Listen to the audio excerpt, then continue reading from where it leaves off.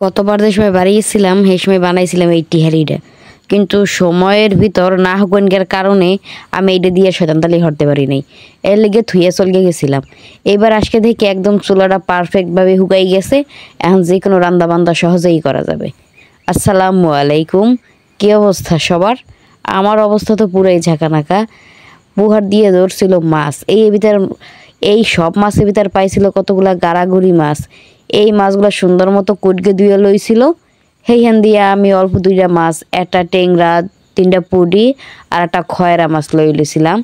এই মাছগুলার গায়ে আমি হলুদ, মরিচ, লবণ আর দিয়ে দিছিলাম সামান্য পরিমাণে রসুন বাটা।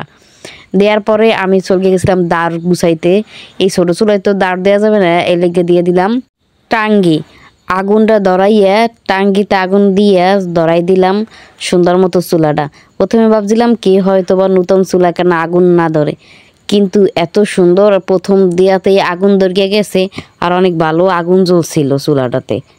এত ছোট কড়াই আমি কোথায় পাবো? ছোটো চুলার লেগে এরকম ছোটো কড়াই নাই। ছোটো নূতন পিরিচ ছিলাম, হে আবার দেবে না। কেয়ার করার পুরানাটা পিরিচ ছিল, সেইটাই কামে লাগান গেলে লই এসছি।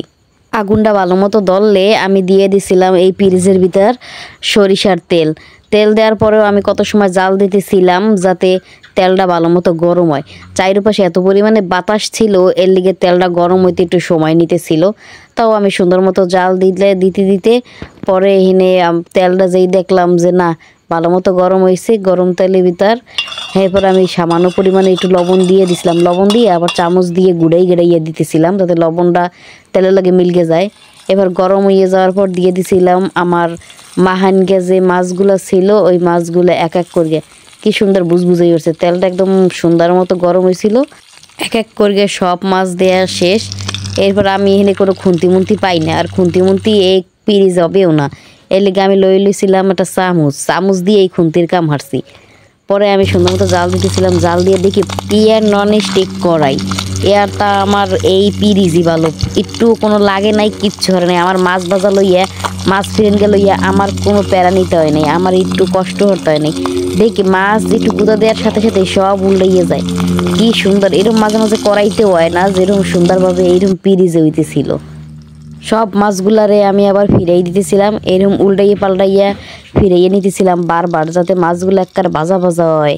মাছগুলো একবার কড়া করিয়া ভাজগে নেব যাতে খাইতে একটু মজা লাগে। মাছ ভাজার ভিতর আগুন 2-3 বার নিভগেও গেছে, এত পরিমাণে বাতাস, এর লিগে মাছ ভাজতেও দেরি হইতে আছে আর আগুনটাও কেমন জানি নিবু জ্বলতে আছে। পরে আমি চুলাটা ফিরাইয়া আবার আরেক পাশে দিয়ে সুন্দর মতো ভাজতেছিলাম। এখন একবারে অল্প সময়ের ভিতরেই আমার মাছ ভাজা হয়ে গেছে, বাতাস নাই, আগুনটাও ভালোভাবে জ্বলছে। এই তো ফাইনালি হয়ে গেছে আমার ছোটো চুলায় মাছ ভাজা।